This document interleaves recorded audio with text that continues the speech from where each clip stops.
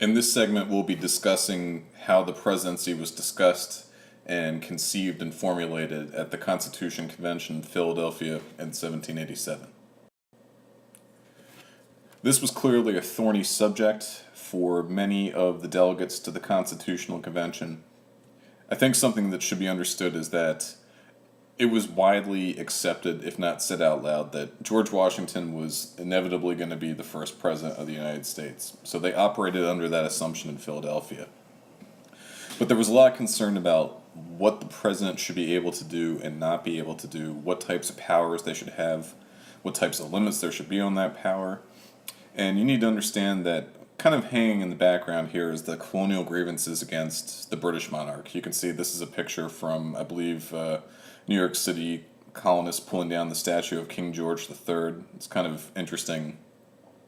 There's some echoes of the pulling down of the statue of Saddam Hussein in Baghdad in 2003, which all of us are probably a bit more familiar with. But here we go. So we have American colonists pulling down the statue of King George III. And as we know from our discussion of the Confederation Congress last week, there was no president of the United States under the Confederation. There was a president of the Congress, but that was a largely ceremonial role. There were some administrative tasks.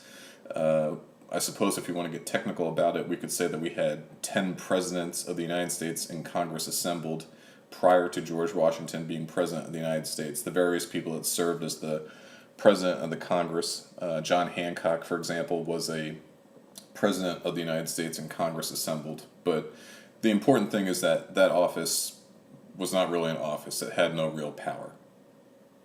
So on the one hand, you have the bias against a strong ruler.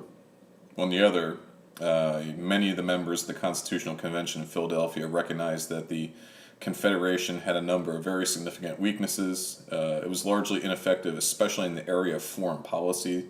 Many states were essentially pursuing their own foreign policies. They were contradicting some of the goals of Congress. In Congress's peace treaty with Great Britain, the end of the Revolutionary War, for example, and the simple inability to execute the law of the United States was another problem as well. So this is a very important fundamental tension that's in the background here at Philadelphia. The first proposals for what ultimately became the presidency were a bit different than what we are familiar with today. The plan that kind of got the ball rolling was called the Virginia Plan, proposed by Edmund Randolph.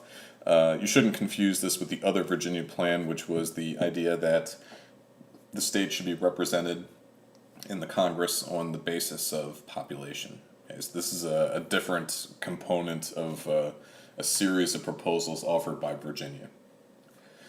Randolph's plan was that there should be a president elected by the Congress and not by the people. So this would be somebody selected by the Congress to a single 7-year term.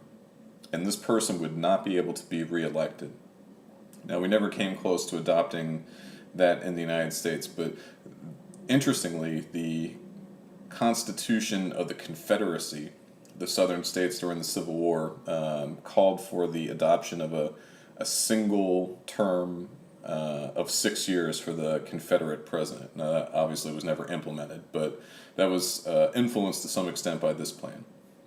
There were other proposals as well that failed. Alexander Hamilton proposed an election of a president, but that president would be president for life.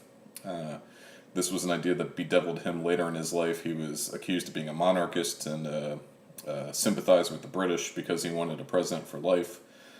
He was somebody who was extremely close to George Washington.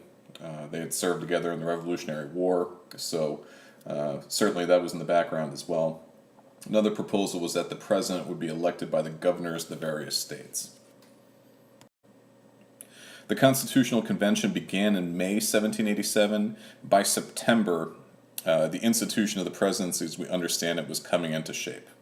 A committee named the Brearley Committee was put together to finalize the proposals for the presidency, and they recommended the following.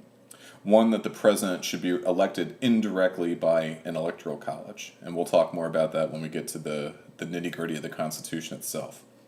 that the president should be elected to a 4-year term, but they did not put explicit limits on the number of times a president could be elected.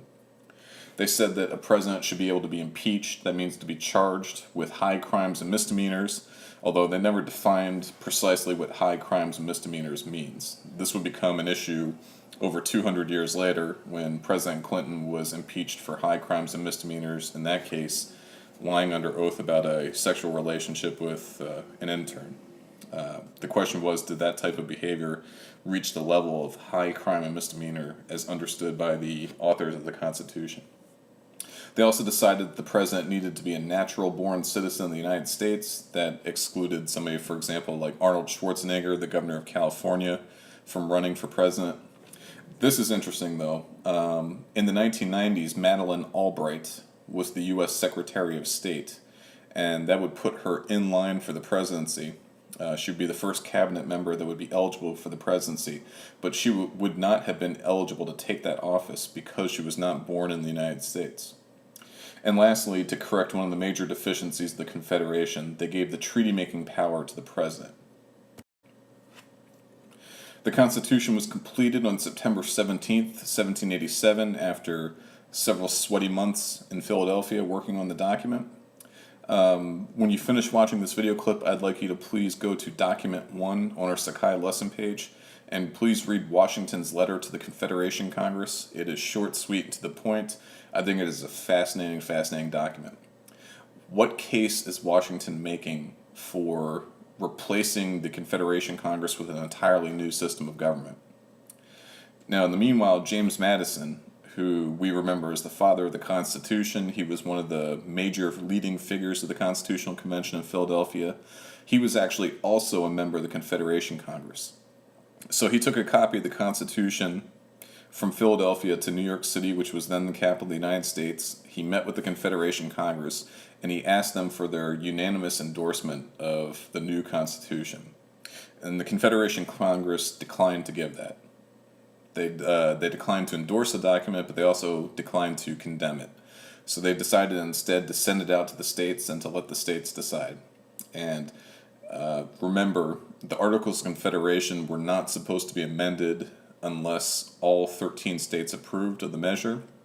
The new Constitution is saying only 9 of the 13 states were required for the new government to go into effect.